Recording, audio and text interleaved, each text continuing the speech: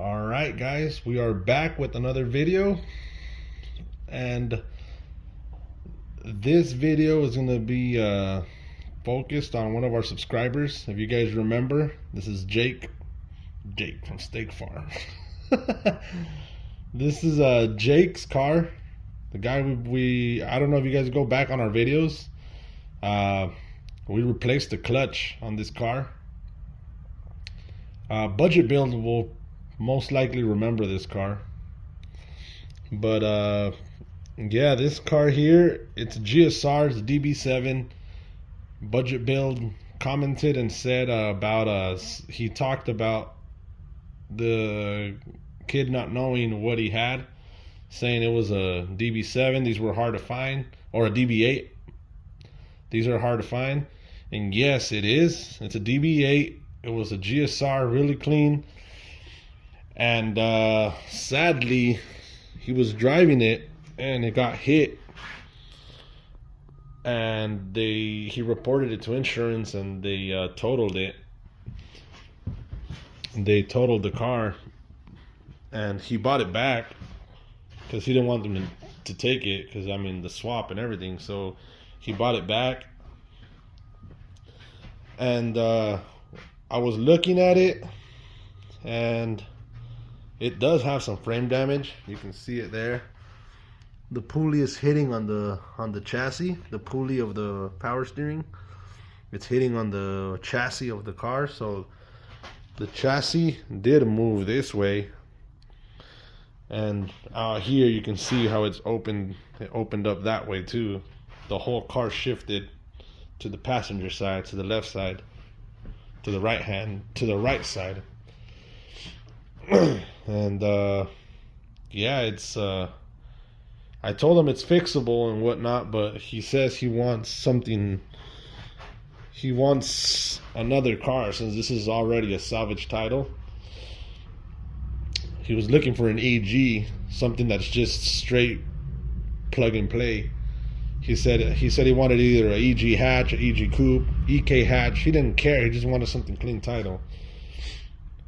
And after looking and looking, we couldn't come across. We were looking for the perfect shell, and we couldn't find it. Everything's overpriced. So I told him I already had plans for this one. This is the GSR that I picked up,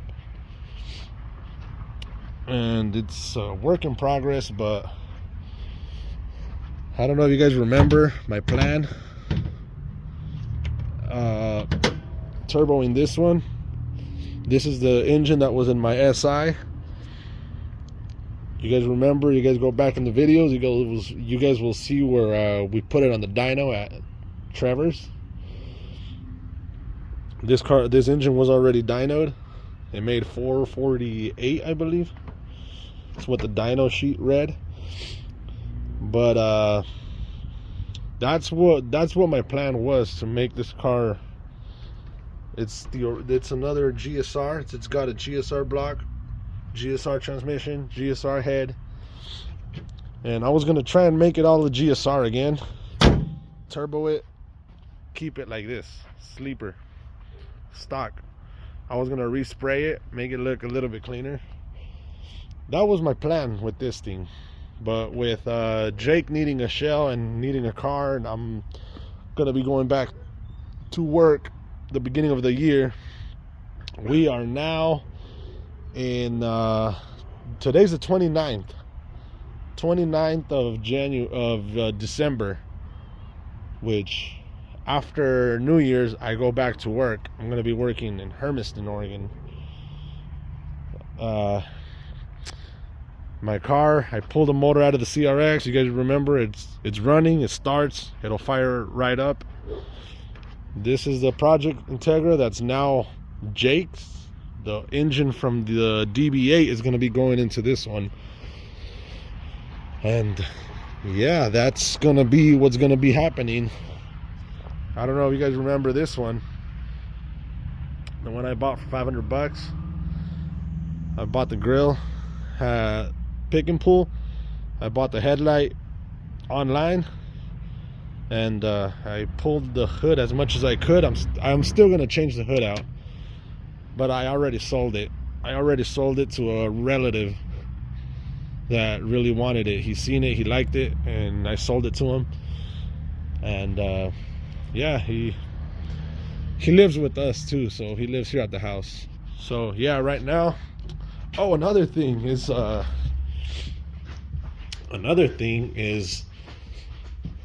since we haven't been uploading much content, it's winter, so there's not really much to upload. It's kind of hard. But here, this is another we got a tire mounter here. Yeah, we might live in a trailer park, but we still hustle, man. We got a tire mounter out here. We mount our own tires now. So yeah, anyways, that's it. I'm gonna start pulling things apart, and we'll see what we can do. All right, guys, well, check this out.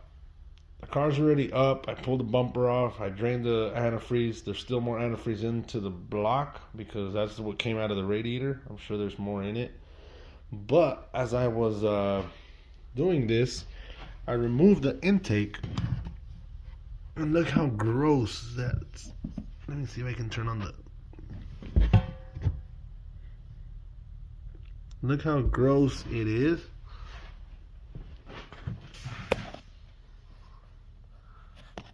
This is no bueno. So here's my experience and my thought. I'm not a big fan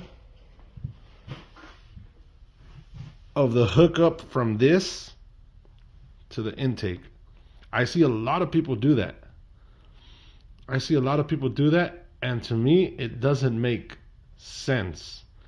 Yes, I know there's a little nipple on the piping when you buy it from O'Reilly's or from AutoZone or wherever, that little nipple. But a lot of people hook it up from here to that little nipple. I wouldn't do that. I've always done, if you're not going to put a little intake here, and I'm not bashing the owner because this is the way the owner got it. The previous person who actually built it, I've always said that if I'd rather put an intake here, the little miniature intakes.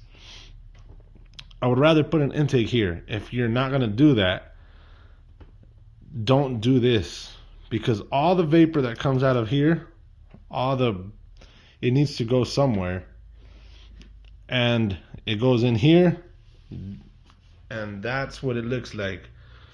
So I've always said, if you're going to go for high power and you're going to be racing this thing, you guys seen in our other video of my younger brother Vicente when he did the oil catch can on the block, and it's been helping. You guys seen the video of my CRX when I blew a valve cover gasket out. Yes, if you're going to go for high power, high revs and whatnot, I would suggest spend the money and just get the AN fittings and do the oil catch can, because yeah, that is not good. A lot of people do that. Yeah, if you're going to be running stock, then yeah, go for it. But theoretically, me personally, I don't like it. I've never hooked up this one to this one, and especially a little catch can like this. This one is heavy. It's full of oil. And I mean, if you're going to do that little catch can, have a return. Because this is going to happen the same thing as Vicente's. Yes, it goes to the top, but then there's nowhere for it to return. So it might be low on oil. Who knows? It might be low on oil. Actually, no, it's got a lot of oil. But yeah, that's just me, man. Like I there has to be a return on that to go back into the block somewhere. Because that thing's just going to get full and it's going to find a way back. And where's it going? In here. This one goes into the intake manifold, and then it's gonna enter the valves, into the cylinders, and you're gonna start smoking. You're gonna start burning oil, and it's gonna start smoking blue, and that's when people say, "Oh, you might have a bad engine." That's just me. To each their own. And if I'm wrong, comment. If you have an explanation of why they do this, then you can go ahead and comment. Like I said, I'm not bashing the owner, Jake. He's new to this, and I'm trying to help him out here. And yeah, that's not good. But right now, I drained the radiator, and I'm gonna be getting rid of all the AC lines. Look, you can see these are cracked. So yeah, I'm gonna get rid of all the AC lines. I still don't know. I have to talk to him, see if he wants to keep the AC lines, see if he wants to keep the power steering, see if he wants to make it back to as original as possible. Like this one has the AC, even though the lines are broken, but he has the AC compressor, he has the AC lines, he has the condenser, he has the power steering, he has a lot of stuff. And he has the ABS on this one too, same as that other one. The other one has ABS too. I gotta talk to him and see if he wants to keep the ABS on that one.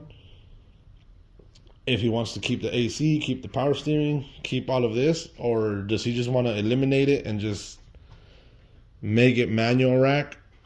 Get a manual rack out of a EG. We can make it manual rack and eliminate the power steering. We could eliminate the AC. I mean, I don't know. I still have to talk to him, see what he wants to do, because his plan was he wanted to boost it later down the road, and I'm not sure if he wants to boost it now that the car's going to be torn apart, or if he just wants to keep it the way it is and have fun with it, all motor, this summer, and see what he wants to do. But yeah, just thought I'd give you guys a little quick lesson or notice or whatever you guys want to take it as. I'd say a lesson. Don't do that. But yeah. Alright guys, well, everything's already out. I took out all the wiring. I think I'm going to cut here. It's 5:58 because I gotta go shower, change, because we're going to church today. But quick little update here. This here, look at that. Let me see if I can focus. All of that is garbage that accumulates from additives that they put in the radiator, stop leak or whatever. Yeah, there's even pieces of metal.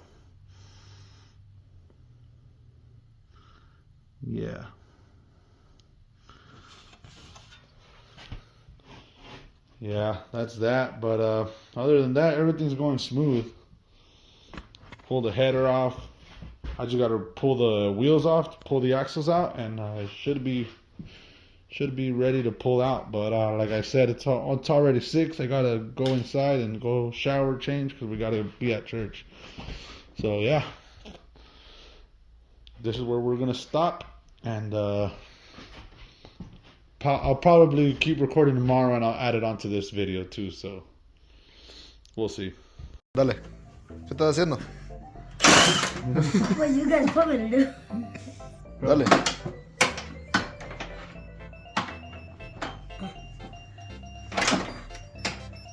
No puedes, creo, vale. I can't. Go then, right there. Ahí está. Ahora sí, sácalo con la mano. What? This is a lot of work, guys. Huh? How many did you take off? I took about. Show me which ones you took off. I took off over here. Show me. I took off some on the bottom Mm-hmm. and some over there on the top. On the other one? And then over here, a lot off of that. That's the para atrás. Took off that. Okay. You see those two little holes? Yeah, go back because if this thing rips, it's gonna hit you. Damn. Damn, that thing. I don't think it's gonna go all the way up, dude. That thing's Just different, hit it. It's dropping antifreeze in it. It's leaking antifreeze bro. Yeah. From where? from the top hose. From the. Top holes over here. There you go. There you go. Just put the wheels back on this one and roll the shell out. Get all the tools, Avram. Over here, look. There's the tools right there. Get all the tools and put them over there. That's how we all learn, right? So I gotta take the shift linkage off too, because I'm You're gonna use that shift linkage? Yeah. Alright. There's a lot of parts that he's gonna end up using on this, Yeah, huh? he wants the coilovers. He wants. What kind of coilovers does Ask it him have? because I don't think I'm gonna be able to put the AC on because all of it is AC lines are all cracked. I showed it in the other video; they were all cracked. But this one's the ones that were on it. They work. Which one? The AC lines Not we're on this one. on that one, on the green one. Yeah. But then again, I don't know if he wants to do the AC and. You can't put that tire on, can you? What? I don't know. I don't think you can. Probably I'll break a leg. That's not how you put it on. How do you put it on? And you gotta pick it up from the bottom, and you gotta see which holes there is. What holes are you gonna put it in? These two. Ahí deja, vale. Ahorita lo ponemos. Ahorita we'll show you so you can learn. So yeah, that's engine's out. This guy's gonna take off the shift linkage. He's gonna put the wheels on, and then yeah, start taking it apart. Put it on the outside. Put it outside and see how they start taking the parts from that one and then transferring them to the other one. There it is. It's out. Should be a good parts car.